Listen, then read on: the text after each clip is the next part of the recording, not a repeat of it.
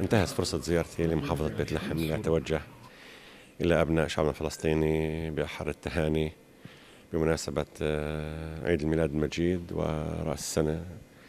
أعاده الله علينا وعلى شعبنا في أي كان مكان تواجدنا بالخير والبركة والسلام والحرية والاستقلال، وقد أفرج عن كل معتقلينا، وقد تحقق أمانينا بالاستقلال والدولة المستقلة كاملة السيادة حدود 67 وعاصمة القدس الشرقية. أنا هنا اليوم لجولة شملت يعني دراسة الخرائط لما يتعلق بالتوسعات الاستيطانية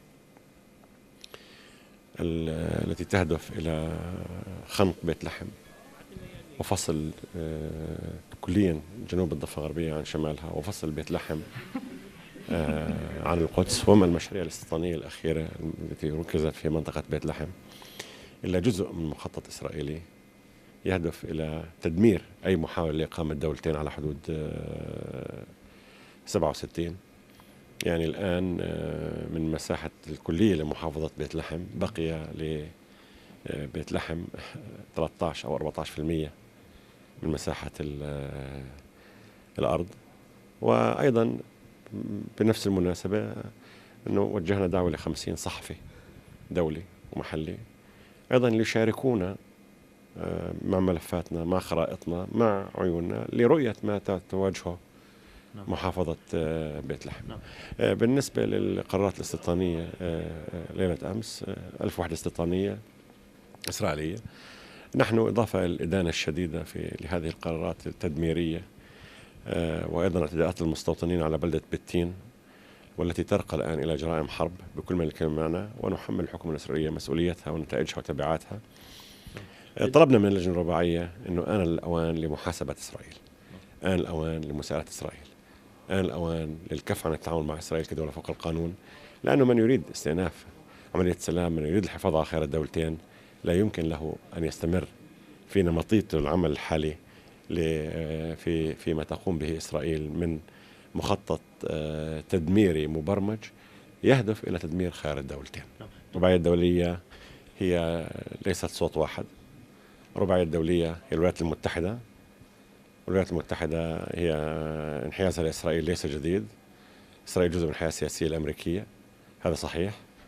هناك الاتحاد الأوروبي، لا يوجد سياسة خارجية واحدة في الاتحاد الأوروبي، هناك 27 سياسة خارجية في الاتحاد الأوروبي. أريد أن أقول لك في تصويتنا في اليونسكو 11 دولة من الاتحاد الأوروبي صوتت لصالح القرار اليونسكو.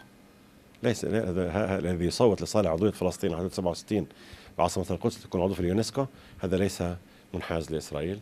هناك 11 دولة في الاتحاد الأوروبي امتنعت عن التصويت، 5 فقط للأسف صوتوا ضد، يعني من 27 5 ضد. وبالتالي روسيا لا، مواقفها متقدمة جدا معنا، تدين الاستيطان، تدين إرهاب المستوطنين، تدين كل إجراءات أحادية الجانب فرض حقائق على الأرض في القدس تحديدا، وكذلك الأمم المتحدة. لذلك لا نستطيع أن نأتي بهذه العبارة ونقول رباعية انعكاس لأعضائها. الرباعية عليها الآن أن تسائل إسرائيل وأن تحاسب إسرائيل. وباعتقادي ما صدر عن رئيس البرلمان الأوروبي الجديد السيد شولز من قرارات حول العلاقات مع إسرائيل والبرامج مع إسرائيل، أنا باعتقادي أنه هذه البداية الجدية عندما تسأل إسرائيل وتحاسب إسرائيل.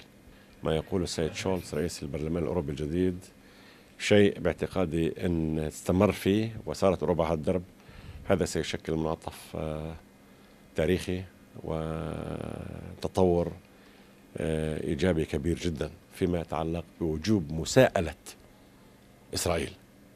هذا ما أقصده مساءلة إسرائيل، أنه هناك من يخالف القانون الدولي عليه كلفة.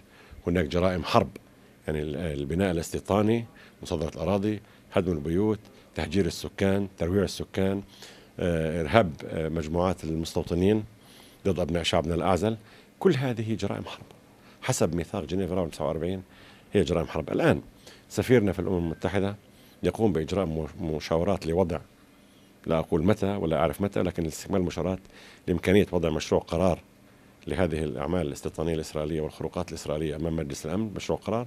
وأيضا فريقنا في جنيف يدرس ويتباحث الآن لدعوة الدولة الحاضنة لميثاق جنيف بالعام 47 سويسرا لدعوة الدول المتعاقدة لتفعيل ميثاق جنيف الرابع 49 أي حماية المدنيين زمن الحرب. شعبنا بحاجة إلى حماية. المجموعات الاستيطانية الإرهابية تدرب إسرائيليا، تسلح إسرائيليا، تحمى من الجيش الإسرائيلي، ومن يشك في كلامنا عليه أن يقوم فقط بزيارة لمنطقة بلدة الخليل، البلدة القديمة في الخليل، ليعرف إلى أي مدى استفحل الإرهاب الإسرائيلي بكل ما الكلمة معنى. للأسف يحرق مسجدين في خلال يومين، تحرق اليوم 5 سيارات أو أكثر في بتين، تحرق أشجار الزيتون في أماكن مختلفة من الضفة الغربية، ورئيس الوزراء الإسرائيلي لم يقم حتى بإدانة هذه الأعمال، وهو بالتالي هو المسؤول عن الإرهاب. نعم، المصالحة الفلسطينية هي على رأس أولويات سيادة الرئيس محمود عباس. لا مصلحة فلسطينية فوق المصالحة. يعني نحن نسير على استراتيجيتنا تعمل بالتوازي: المصالحة، بناء مؤسسات الدولة، تفعيل مؤسسات منظمة التحرير الفلسطينية، علاقاتنا العربية، علاقات مع إسرائيل إلى أين، علاقات مع أوروبا، أمريكا، روسيا، الأمم المتحدة، باقي دول العالم والأمم المتحدة في هذا التوازي. لذلك نقطة الارتكاز الأولى لنا هي الآن المصالحة الفلسطينية. يعني لا يوجد ما نختلف حوله. سنبقى نعرج إن لم تتم المصالحة. هذا جرح عميق يجب أن يلتئم، وإن لم نساعد أنفسنا لن يساعدنا أحد. يعني سواء ذهبنا إلى الأمم المتحدة وحققنا إنجازات، سنبقى نعرج. هذه هي الحقيقة، هذه نقطة ضعف يجب أن تنتهي إذا ما أردنا فعلا إعادة فلسطين إلى خريطة جغرافيا. نقطة البداية عندنا هي المصالحة. وأنا باعتقادي يعني أنه حركة حماس أو فتح أو الجبهة الشعبية هذه حركات لم تولد لمجرد تسميات، هذه ولدت بهدف نبيل: إعادة فلسطين إلى خريطة الجغرافيا، إعادة دولة فلسطين بعاصمتها القدس الشرقية على حدود 67 إلى خريطة الجغرافيا، بإعادة فلسطين التي شطبت عن الخرائط. إذن فلسطين، شهدائنا، عذابات شعبنا المشرد 11 مليون فلسطيني، مسؤوليتنا. وبالتالي يعني هذا الهدف أهم من فتح ومن حماس ومن أي منظمة أخرى. وبالتالي لا يوجد ما يبرر استمرار هذا الانقلاب والانقسام في قطاع غزة. لم نولد كأبناء للشعب الفلسطيني لهدف واحد: إعادة فلسطين إلى خريطة الجغرافيا. وبالتالي من يعتقد أنه فتح أهم من فلسطين أو حماس أهم من فلسطين، هنا يكمن خلل استراتيجي كبير، جرح نازف لابد أن يلتئم. نعم. وإن لم نساعد أنفسنا لن يساعدنا أحد. بحيي وبشد على إيد كل إعلامي فلسطيني. أولا يعني الحديث عن الإعلام هو الحديث عن إمكانات، وإذا ما قرنت إمكانات الصحفي الفلسطيني أو الإعلامي الفلسطيني أو الشبكة الفلسطينية مع إمكانات الغير أو الآخرين فهي لا تذكر.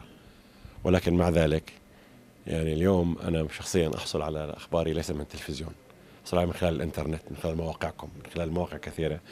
وباعتقادي أكثر فئة فعالة في نقل خبر الفلسطيني ومعاناة الشعب الفلسطيني وطموحات الشعب الفلسطيني وآلام الشعب الفلسطيني وأمال الشعب الفلسطيني هو هذه الصحفية وهذا الصحفي وهذه الإعلامية وهذا الإعلام الفلسطيني. شكرا جزيلا لكم، وأنتم يعني جزء لا يتجزأ من مشروع النضال.